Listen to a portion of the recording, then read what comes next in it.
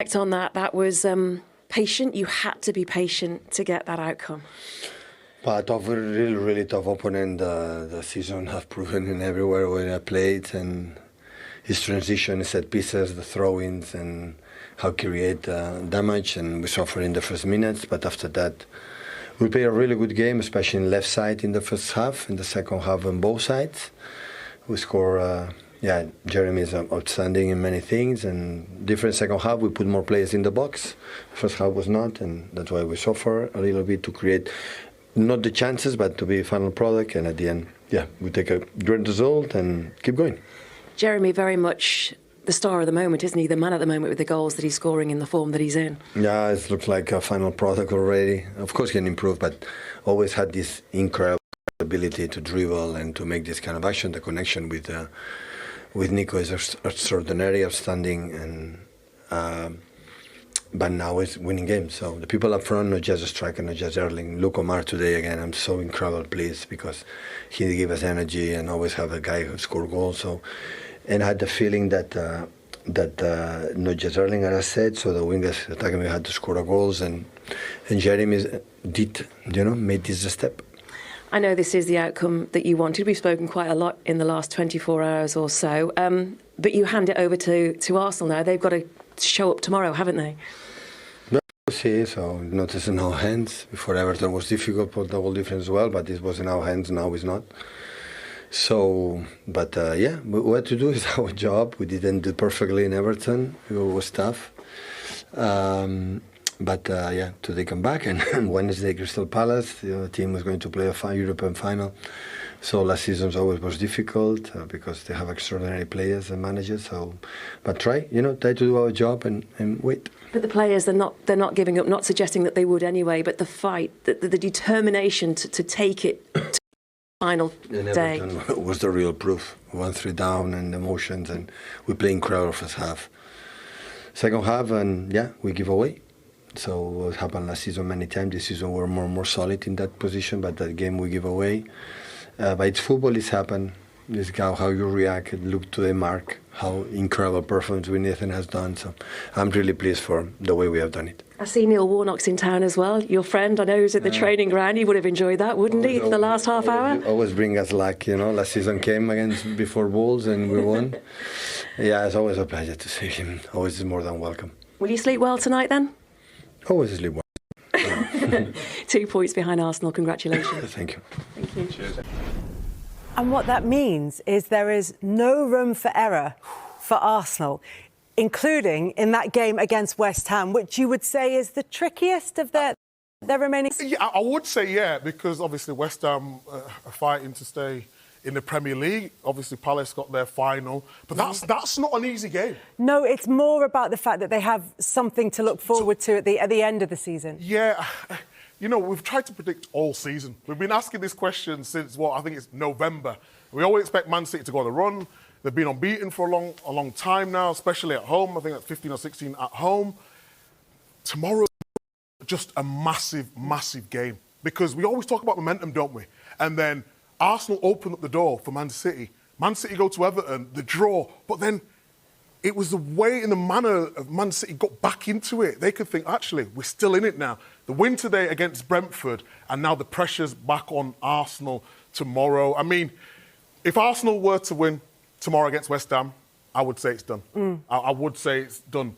But I just feel as though Man City, with their fixtures now, obviously they've got the FA Cup final in between, that's also tricky as well. Villa, you know what Villa are like, they can always perform in terms of the way they play at the moment. Some would say it would be a bit better game for City because Bournemouth play and it might be stretched, but they're a very good team. So it's still anyone's, Kels, without sitting on the fence. No, but I think that's what's fascinating about it. And I think the question of City playing midweek weekend and Arsenal having a week's gap in between their fixtures at this stage of the season is one that I'd like to get your views on, because there's an argument for saying keep the momentum up, and there's an argument for saying I'd quite like a week's break in between the games. Give me a week's break. I don't want to play you surprised Saturday, me, Wednesday, Micah. Saturday. You shocked me. I need a break. I'm a bigger fellow, aren't I? You know what I mean? Bigger fellow. Not anymore. A bigger fellow. I know I've lost a bit of timber recently, but... Oh, you're looking good, brother. In terms of me personally, I would just like that extra rest. I think psychologically you would like the rest. Mm-hmm. There's a case for momentum. The momentum's good if you're winning, but you could be games and you draw in and you lose, and it's like, well, yeah, we'd like more time to prepare. So it goes both ways, really. I think, to Meek's point, if the West Ham game, if they don't win that game, then I think, you know, it changes everything. Well, it's so psychological, and Arsenal last weekend managed to get that psychological advantage. Then they have the game against Atletico Madrid. And look, the Champions League has been more relaxed for them this season in terms of the nervousness from the players and from the crowd. But that felt like a really moment for them, like a release for them. And so I just wonder if that plays into tomorrow's game against West Ham. I think so a little bit, because they're playing well or playing better. Yeah, it's still not really entertaining, but they're doing the job. Look at Arsenal's fixtures now. They're in Champions League final and the top of the Premier League. A lot of people were saying there was bottling it. Arsenal are not bottling. They need to get over the line, of course. But the 4 games away from making history, that's all they've got to think about. I know it's easy. I said before many times on this, I didn't really deal well with pressure. Maybe you was a little bit different to me, and are always looking at results and, you know, I felt that pressure before game. And that's why I always back Man City, because in the moments I felt they was better dealing with it. But then you have a point in the season where you beat Fulham, you beat Atletico, and that is momentum, and that could be the turning point for Arsenal. I think the performance, I was at the game against Atletico live. The atmosphere was incredible. Yeah. Mm-hmm. And I think the belief rose within the group. We also saw a different type of Arsenal in that they were playing for Gyökeres. It became the force of nature that we were anticipating he was going to be in the league, throwing defenders around, and nobody wanted it. So if you're looking at Arsenal now, going into open games, they've got different ways of playing. They can be chameleons. One game they could show up and it's a Gyökeres. The next day it could be a Saka. We're going to focus down the right-hand side. The next game it could be something different again. A low block. Yeah, it's whatever they're prepared to do. So I think they've got so many different ways to win. I think with City now, we know what we're going to get. We're going to get the other team potentially getting a few chances. Can Donnarumma, you know, save a few shots here and there, because they're playing a little bit more expansive, a little bit more open. Mm-hmm. And I think with Arsenal, they're keeping it a little bit more rigid, a little bit more, you know, we'll do whatever it takes. You know, we don't need to win pretty. We're prepared to do the dirty work if we have to. And I think looking at Arsenal now, psychologically, they're in a fantastic... Can I just ask you one more question on these fixtures? Are we not at Bournemouth on Wednesday? Bournemouth, no, we're at Palace, aren't we? We're at Palace on Wednesday. Palace at West. We're at Bournemouth next week. We've got them next week. I'm looking at you guys. Yeah, Palace on Wednesday. Yeah, we are. We're doing Bournemouth again, and then Bournemouth. Yes, we've got all our dates all the wrong way around, but we're at Palace here, so you can see it on. Yeah, you can see all these games unfold. 26 games now left in the title race, and in the rest of the Premier League season, you can see them all. Erling, congratulations. How good does that win feel? Yeah, it feels good, and good to win 3-0. What did it feel like out there before Doku opened the scoring? Did it feel a bit tense and nervous? No, I think we just missed the last shot on goal. We created a lot of things that was almost a chance. Lots of crosses. We didn't get the last shot. So Brentford defended well, and I mean, they're a good team, so it's not easy. No games in Premier League is easy. So we are happy. An assist and a goal for you. That's your 26th Premier League goal of the season. It's not half bad, is it? I think it's all right. It's been an up and down season, and I'm trying to do my job, and 26 goals is it's okay. It's more than last year. Look, you've got a busy 7 days coming up next week. Three very important games within 7 days. How are you approaching them, and what's the mindset? I haven't thought of any other game. I'm a bit tired from the game that I just played, so how we approach it. And now don't think of any games until 2 days, and then try to win the next game. After that, recover good, focus on next game. After that, the same. After that, same. Thinking of the title at all? I think if you play for Man City, you think of titles every single day. in the title race. It takes them to within 2 points of Arsenal at the top of the table. It boosts their goal difference as well, crucially, because it may well come down to that. And they've had players coming to the fore in recent weeks at times when, as you were saying earlier, legs are getting tired, heads are getting tired, and we're right down at the crunch stage of the season. None more so than Jeremy Doku, who's given them the goal to give the advantage and has been so important for them at this crunch stage of the season, Daniel. He's been exceptional. The goal that he scored tonight was a thing of beauty. You know, in this area here, he wants to go 1v1. Of course, we know he's got the ability to go past him, but look, his thought is to get the ball back. He uses the defender as a guide, and he picks out that far corner. And that is the beauty and brilliance of it, when you don't have to think too much about the action or about anything. It's about how can I get my shot off. His reaction first, boom.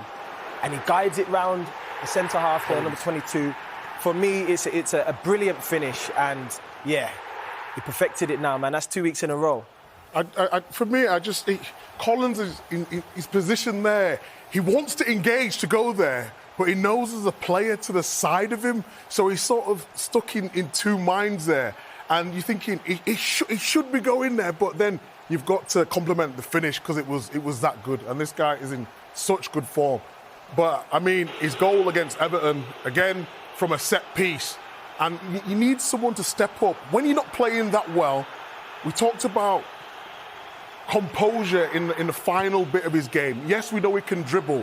We talk about end product, and that's what we see now. What is that, 8 he scored this season? And that technique is just brilliant, absolutely delightful. For me, that's a go-to finish for him now. That's 2 games in a row where you're doing the same thing. The repetitions in training pay off. You see, you do it 1 week, you get the feeling in your memory. Like when you kick the ball, you're in that area, you see that picture that you once saw. You're like, okay, you know what? I know where I want to put this. You don't have to think about it. And it's the exact same finish, you know, nearly. So it shows his game's progressing. He's becoming more decisive in those moments, and I think that's exactly what he wants to do. That's 2 really similar goals. Micah, how important are players like Doku at this stage of the season? Pep Guardiola loves to have a player come through towards the end of the season and go on a complete purple patch. And sometimes it's somebody unexpected. Jeremy Doku maybe less so. Yeah, I think the way Pep likes to play, we all know, is all about control. But I think maybe in the last 6 weeks, Shirky's really stepped up, Doku stepped up, Semenyo does well down the right-hand side. So in terms of those Mavericks, they're coming to play at the right time, because in that first half, Man City didn't play well. You know, they were frustrated, but they can now rely on his individual brilliance. And when you talk about wingers all the time, when I'm up against these sort of wingers, you're always thinking, OK, show him one way because I don't think he's really good at one particular thing. But what now Doku's doing is able to go both ways and then produce a moment of magic. And when you're in these positions here, decision-making is so key. And it's not by any mistake that he scored 8 goals this season, because he's improving in those areas, and that's what we've always wanted from Doku. Yes, he's a young lad, but have you got the composure? Have you got the finishing touch? And now, you know, at the business end of the season, he's delivering. And as you said, 8 goals so far this season, but 5 of them have come in his last 6 games. And that ability to produce when the pressure is on and when the time is right has been crucial. Confidence is key for attackers. You know, it's the most important thing, in fact, because if you're doubting yourself, you're doubting your abilities at any moment in time, you're not going to make the difference. I think for me now, he's slowly becoming almost knowing I can do this. I can be a goal scorer. I think there may have been doubt before in terms of, OK, I've got to take my man on and supply. But there comes a moment where you have to say, OK, am I going to be a goal scorer? Do I want to become a goal scorer consistently? If I want to do that, I have to shoot more. I have to put myself in areas where I know I have the capability of hitting the target, because at the end of the day, your job is to hit the target, make the keeper do his job. That's what you're told as a kid. A couple of assists in there as well for him. Just tell me a little bit about your experience of that, providing goals from a position of a goal scorer. Yeah, I think psychologically it's very different, because if you're becoming the supplier, you're serving your teammate, you're hoping that you can give him what he needs. So for me, I would have played with the Didiers, I'd have played with the Nicos, the Fernando Torreses, these types of guys, and it would be even Suarez when I was playing wide, and it's a case of going, Louis, where do you want it? Or Didi, where do you want it? He'd be like, Danny, I need this, I need that. And I think for Doku, it's important for him and Haaland to build a telepathy, of knowing I'm going to be putting the ball here for the midfield, number 10s. Where's the ball going to end up? I think for me, you can bank on him beating his man. Now it's about them understanding the areas where he's going to be feeding the ball. It always seems to be the cutback.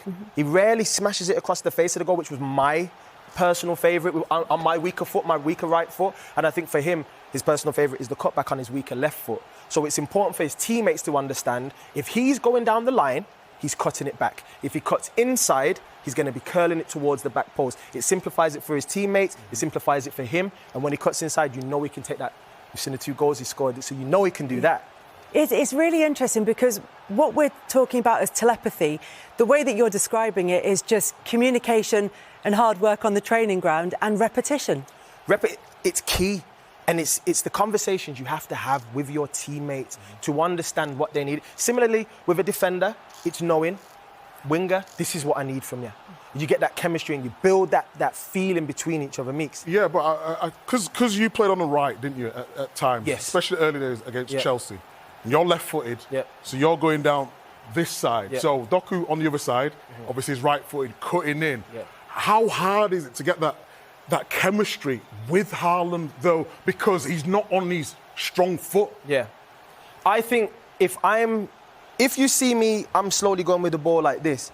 The minute I go inside like this, you have to be ready for the cross that's going to be floated slightly. I'm aiming for the far post. If I cut inside as the winger, on my stronger foot, I'm aiming for the far post, almost like a shot, but it's easier for you to jump up and get a glancing header towards the far post. All you need is a little touch on the top of your hair. I got the high top, you know, you've got the high top now. So it's important to get that little touch, and it's an easier cross. When you're going down the line, you're in less control because you're on your weaker foot. So for him, the easier cross is to do the cutback. So, yes. Listen, we'll get more insight on that because Jeremy Doku joins us now. Thank you so much, Jeremy, for joining us. First of all, congratulations on the victory. They're all good, but how important was this one?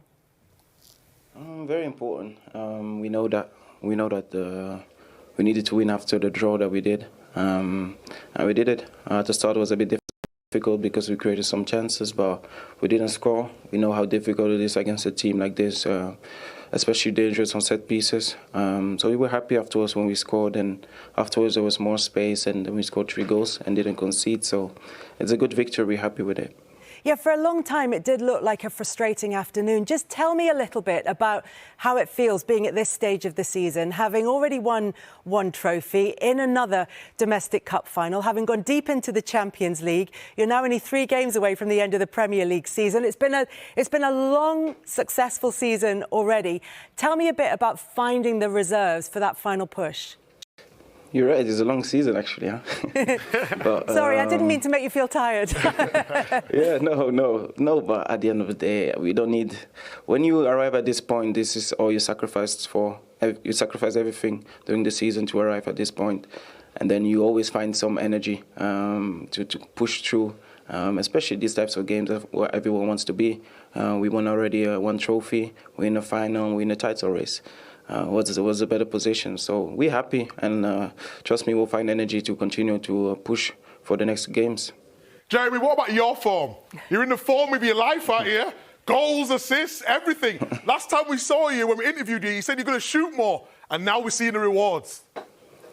Exactly. I feel like, obviously, in terms of play, I always have been like this. But I always said, like, I know what my points are, where I need to become better, is to score goals. Assists I did, but more goals, be in those positions. And I remember last time when we spoke, I don't know, against Southampton, after Southampton, that I said sometimes I need to be more selfish and try to look for the shot. And I've been doing that. Obviously, you can shoot, but you need to score as well afterwards. So I'm just grateful that those shots went in. So yeah, I'm happy. I'm happy, especially with the victory and with the performances afterward. Jeremy, man, you got to talk me through this goal, brother. It was a beautiful finish. You did the similar thing against Everton, right? Do you remember that feeling and the position of what you was in, and then it came to you again in a similar, closer area tonight, and you've done exactly the same? Talk to me about the repetitions of it, and then also talk to me about how you executed this goal. To start with, so it's a short corner. I wanted to first dribble my player and then pass it in behind, I think, for Bernie or Phil, I don't know very much. But then the ball comes back in my feet. Then I felt like, okay, I have space inside. No one is coming at me. And I prefer to shoot in the far corner than in the other side. So I looked at the goal quickly, and then, I don't know, it was just instinct that then I felt like the technique is there to just hit the far corner with the right strength. And you know, sometimes it's difficult to explain because at the moment it feels so natural, and now when I look at it, I'm like, if I have to do it again now, I don't know where the ball ends, you know. So it's difficult to explain. But at the moment itself, it's natural. And it looked completely natural. There was also a really lovely moment, Jeremy, with the celebration where you had a message for the camera, which we're just going to hear.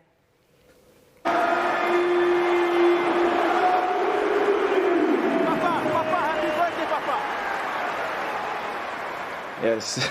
So birthday celebrations. It's his birthday. It's his birthday, and for me, I'm becoming a dad soon by the grace of God, and he sacrificed his life for me every time, bringing me to the club, every time bringing me, not knowing that I would become what I am now. So for me, that's a big thing, and him turning 60, and me having my parents every time with me. It's just, I'm grateful. That's why I wanted to give this goal to him and to Jesus Christ, of course. But having him around is a blessing. And every day I try to remind myself that. So it was just for him. Happy birthday to him.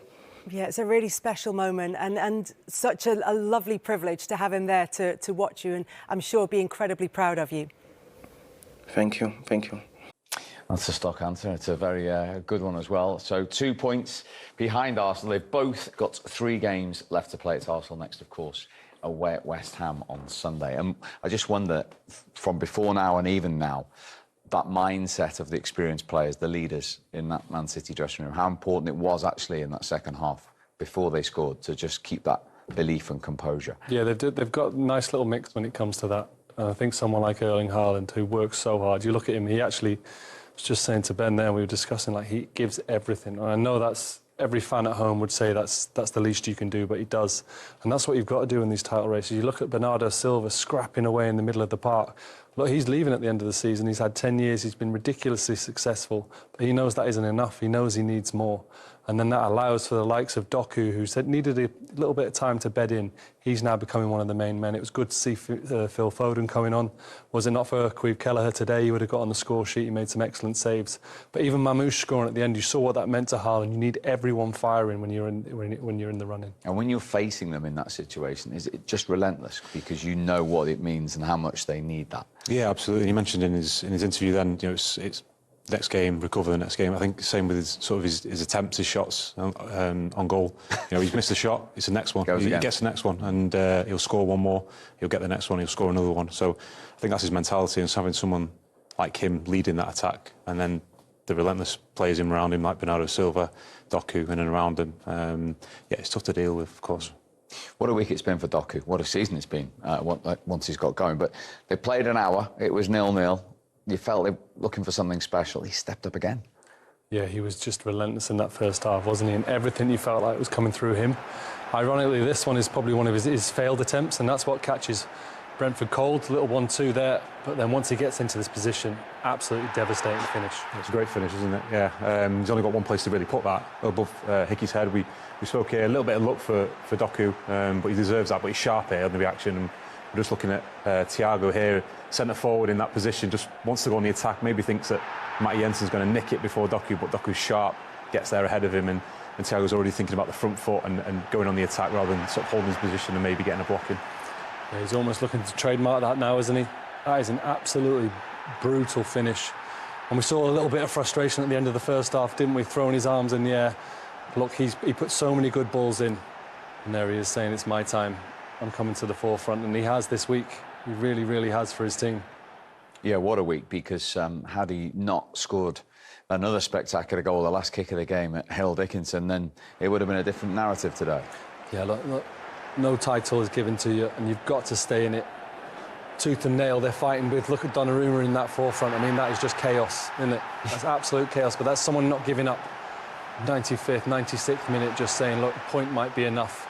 And that's how important that goal may be. That may be one of the turning points of the season. It just depends who wins it in the end. There'll be some, you know, is it going to be Declan Rice saying it's not over, or is it going to be Doku scoring that 96th minute? Just in their moments. It's where the top players step up, isn't it? You know, the stand out, the difference makers, and he's certainly doing that at the minute. Yeah, and Haaland is difficult to mark. You gave us that insight before the game, but he's just sometimes in the right place at the right time, isn't he? This came down the City right, actually. Yeah, absolutely. You see Semenyo picking up the ball here, and Brentford have got a lot of bodies in and around the box as they have done most of the game, and they defended really well in general, but Semenyo gets that Keane Lewis-Potter here, not a natural left-back, but shifts it again, gets a run on him, pulls it back. You see Haaland's movement, he just pulls away from all the defenders and lets them all get sucked towards the 6-yard box, and he, similar to the first half actually, with his chance that he nearly scored from, he kind of just drops off and loses Christophe Ayer, and yeah, he's there to get the rebounds, and it doesn't matter how he goes in, he's managed to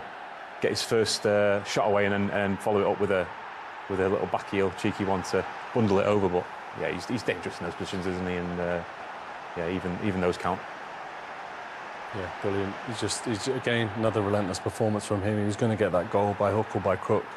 Obviously had some relatively simple chances by his standards in the first half, didn't take them, but as Ben was talking about with his mentality, it's always the next, and he'll keep coming. Yeah, and as you say, who knows how important another goal will be. Marmoush got it, Haaland assist in this goal difference conundrum if it goes to the last day. Look, just ramp it up. You're dealing with a team in Arsenal who've been excellent, and they've had a really good week, but there's no getting away from it. No one in that team has won the Premier League.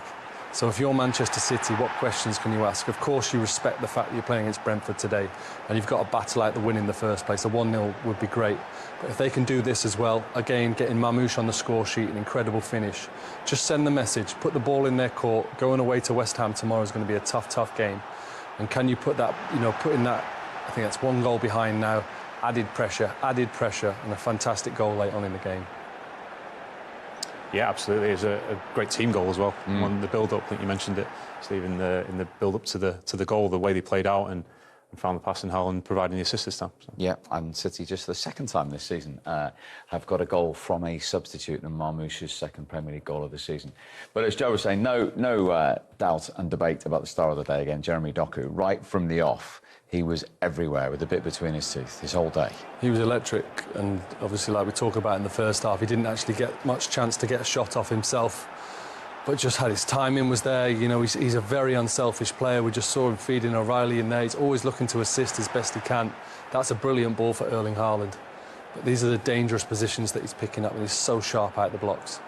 I think for me, he's so sharp, but it's not even skills. He's just sort of nudging the ball and moving and going quickly and shifting that ball, manipulating the ball, and just goes, and he's electric, and it's so hard to defend when he can go both ways as well, and his end product is just improving each week.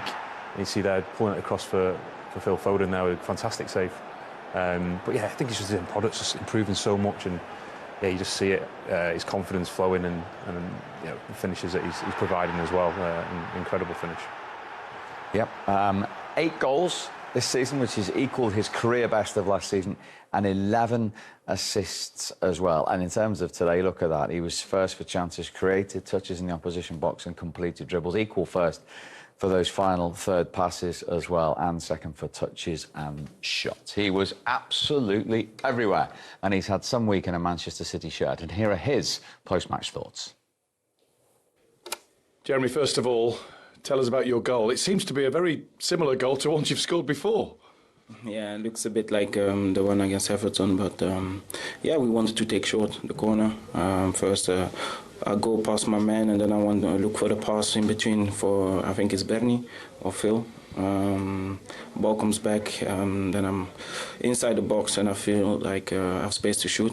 I do it without thinking, and I'm happy that it went in. Is that how you feel you're playing at the moment? You can do things without thinking, it's pure instinct?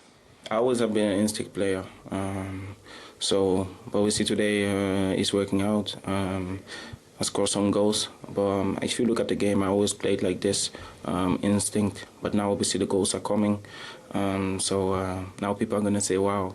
But I haven't been a different player. We saw you make that move a few times in the first half, but when you scored, was that the first time it opened up just like it did?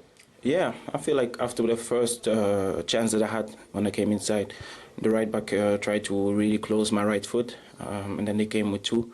So he opened a bit more the outside and wanted to test me with speed. So yeah, on the go, I felt like that was really the first time after that I had really the space to come inside, and then I tried to shoot. The 3 points was the most important thing today, but once you got one, it seemed as though the team were really focused on, hang on a minute, we may need a few more by the end of the season. Yeah, I feel like 0-0 against a team like that, especially how dangerous they are on set pieces, we know that we had to score. And when we scored the goal, obviously then there are more space, and then we scored the second goal, and we were a bit relieved, happy. But obviously then we also know that we need some goals. I was happy as well for Omar. He has been training hard, and this is the fruit of the work that he has been doing. So I'm happy for him. You go again Wednesday. In between then, Arsenal play again. Do you watch that or do you leave it alone? I don't know what time it is, but if I have time, I will watch. Obviously, I'm a football fan. I like football, so I will probably watch. Willing West Ham along the way. And it's really interesting. They know they need goals, because winning a Premier League title on goal difference always brings a big smile to your face, Joe. So we ought to mention that, because your year is the only year it's ever happened. But it is a possibility this year between these. Just cover all bases. Like I was saying, I think Jeremy talked about it there. First and foremost, it was try and beat Brentford, because they're a really tough outfit. They defended really well. They made it tough. They were stubborn. I think once they got the second and the clock started ticking on, they could start thinking about goal difference. And as he said before, it's so important that your whole squad's firing. He talked about Mamouche training well. They're the fruits of his labour, and he's enjoyed that today. And they're the little moments, Ben, in a squad when you know someone who's been struggling. It's only his second league goal this season. It's just nice moments. We all know Doku's playing well. We all know Haaland's playing well. But you want Mamouche scoring, you want Foden scoring. That's what takes you over the line. Yeah, as an opposition player, when you're breathing a little heavily towards the end, shall we say, and you see someone of a £68 million striker in Mamouche coming on, that must be...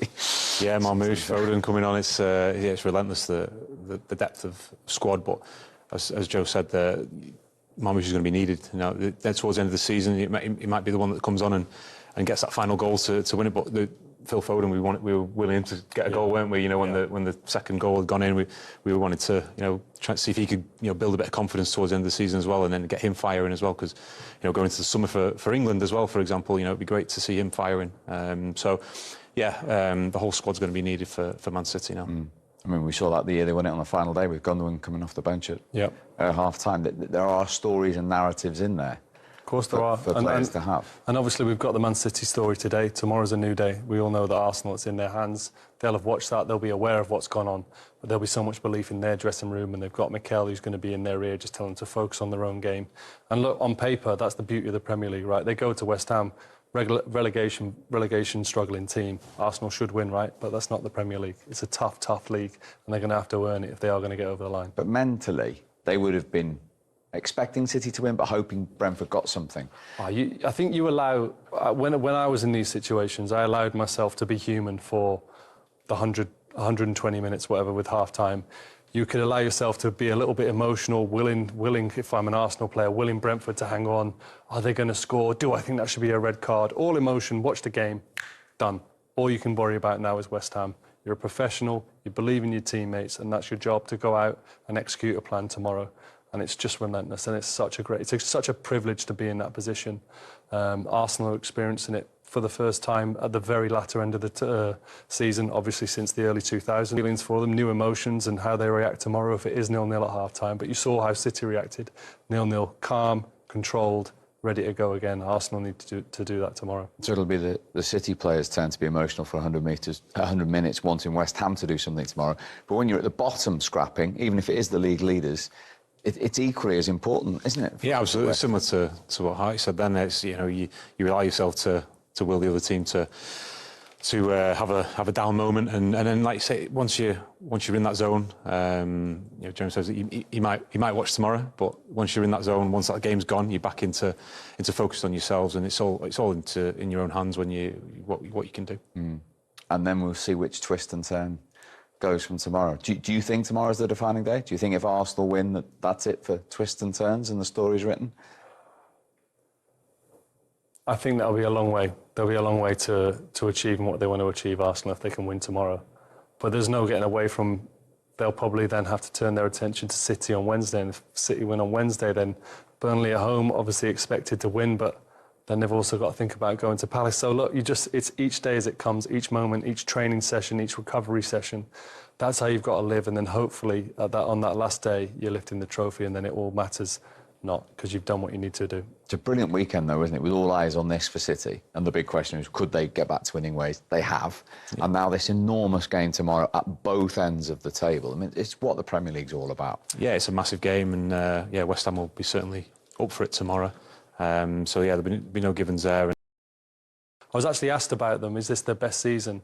And I didn't want to dive in because how they've done since they've come into the Premier League, you know, establishing themselves and really not really being a part of a relegation scrap is incredible.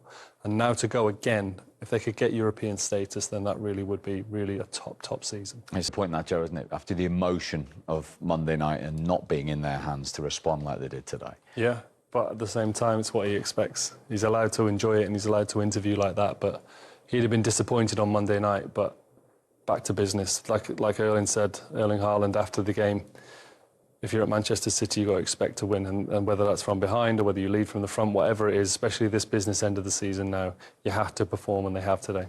And it's that type of character of person they have, as well as the talent of player in the Manchester City squad. Absolutely, yeah. Winners, competitive winners. You see the likes of Bernardo Silva in there and the mentality that they have, Erling Haaland and the likes of them guys that are driving the standard, the mentality forward. And yeah, the serial winners for sure. And players like Doku coming to the party at absolutely the right time. Exactly. And, you know, Jeremy Doku talked about us again in his interview. He's almost probably been a little bit frustrated that he's being lauded over these couple of weeks because he feels like he's been that player for a long time. But you have to have the end product. And I know he's had that rammed down his throat, but he's been given time. And you know, the biggest compliment I can pay him, yes, he is a naturally talented player, but he's learning. You can tell he's learning.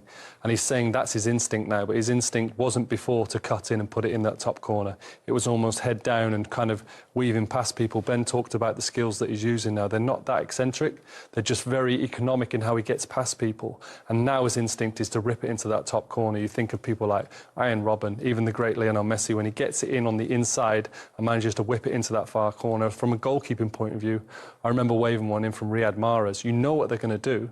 It's just you can't stop them. And if he can keep building on that, as well as his kind of inside-outside game, we've got a real top player on our hands. And big moments at big times. Well, as we say, time will tell how big that one is at Everton. But today, after an hour, 0-0, and he produces that. Yeah, absolutely. Top players come at the best of times, and they stand up. And he said in the interview he didn't even think about it. He just did it, and that's confidence for him as well. He's stepping inside. He knows he's done it probably 100,000, thousands of times in training. He's going to pick it out. Joe mentioned the players that have done it in the past. Have spent hours just doing that, chopping in, quick timing, and difficult for keepers to get anywhere near them when they're bending away from them. So, yeah, his confidence is there, his ability's there, and yeah, he's showing it at the right times. So, if you're City keeper tomorrow, do you take the dog for a walk, or do you watch? What do you do? It takes all different people, right? It takes everyone different ways. And don't get me wrong, if I had something important going on in my family, then I'd be doing it with them. But if I've got nothing going on, I'll have a little watch. They'll all be watching West Ham. Title race is still on. Bye-bye. Say Network at 11:30 Eastern. For Arsenal fans, the simplest title scenario for them. They are guaranteed to win this Premier League title with 3 wins from their final 3 matches. West Ham away, Burnley at home, that's a week Monday, and Palace away on the final day of the season, which is, of course, Championship Sunday. This title race is not going away. Rebecca Lowe, Robbie Earle, Robbie Mustoe with you. Well, Robbie Earle, they did their job. They did, and when you see the scenes at the end there, Bex, as they're walking around, I'm thinking of 2 things. I'm thinking of skill and I'm thinking of will. I'll talk about the skill as the Jeremy Doku, who's an outstanding footballer who can go left and right, can hurt you in a number of ways, and has come alive for this football club when they needed it. And the will is multiple winners, multiple champions digging deep, not allowing the stubborn, the physicality, the well-set-up Brentford team to be an obstruction to where they want to get to. And it's a lesson that has to be learned from other people. You can have all the ability in the world, but you've got to have that will and drive, and they've got a combination of the two. Robbie, can I ask you, go on, first of all, what you're going to say about City? I just, Pep's approach to the game, it was all-out, total football, and the attacking is incessant. Can you imagine trying to defend that team? Brentford, I thought, had to defend well, and they did. But it's got to be so difficult when you've got threats from the left side with Doku, you've got Semenyo on the other side, you've got Marmoush coming in the centre, Phil Foden coming in the centre. I thought Pep's got his subs spot on, and they got the goals. Can we look at Doku and how, as Robbie said, he has come alive? Just this week, to be honest, had he come alive a little bit more a few weeks ago, you never know where they'd be. Absolutely right. I mean, what a player he's been, and for somebody that the manager said didn't think he was ever going to be a prolific scorer. Well, he's making him eat his words right now. I mean, some of these finishes, Rebecca, this is weaker side. I mean, the ability to hit very small windows, right? That one there was a very small window, top left, with his left foot. We see this one here. Again, Everton, look at the clock. Like, this is right in the last few seconds, last tick of the game. Again, a small window, right through players into the top corner. I mean, these aren't easy. These players make them look easy. I promise you they're not easy to get pace, to get the right swerve, to set it out around the post, to bend it back in again. And again here, this is not, I mean, that's so accurate. There's a player, I think it's Aaron Hickey, on the line. It's got to get over his head, apart from everything else. I mean, there's so much power and bend on that. And we get a lovely look here. Watch his right foot come around the ball. And that spin on the ball there, it's almost a little bit of top spin on it. He hits that with real power. I mean, talk about clutch. I kind of think Bournemouth, because of the way they play and the high press, and you know, they've got Krupi and Ryan and players in good form. They're looking for a possible Champions League spot. But what Manchester City did today was show us that I think most people believe there's still one twist in this title race. Manchester City today showed us we ain't going to be the ones twisting. We're going to go all out, and Arsenal have to do the same. Plenty of people think the twist could come tomorrow at West Ham for Arsenal. They've got Burnley after that, then they've got Crystal Palace. Do you agree with that? Is tomorrow the big one for us? Yeah, it really is. I mean, even that being said, Rebecca, we've been around this league long enough now, where even though the Burnleys and some of these games, Palace with the Conference League, there's still something that might happen. But tomorrow's game, I mean, for so many reasons, is the one where it's a London derby. You know, West Ham United, however you think about them, they have got some attacking options.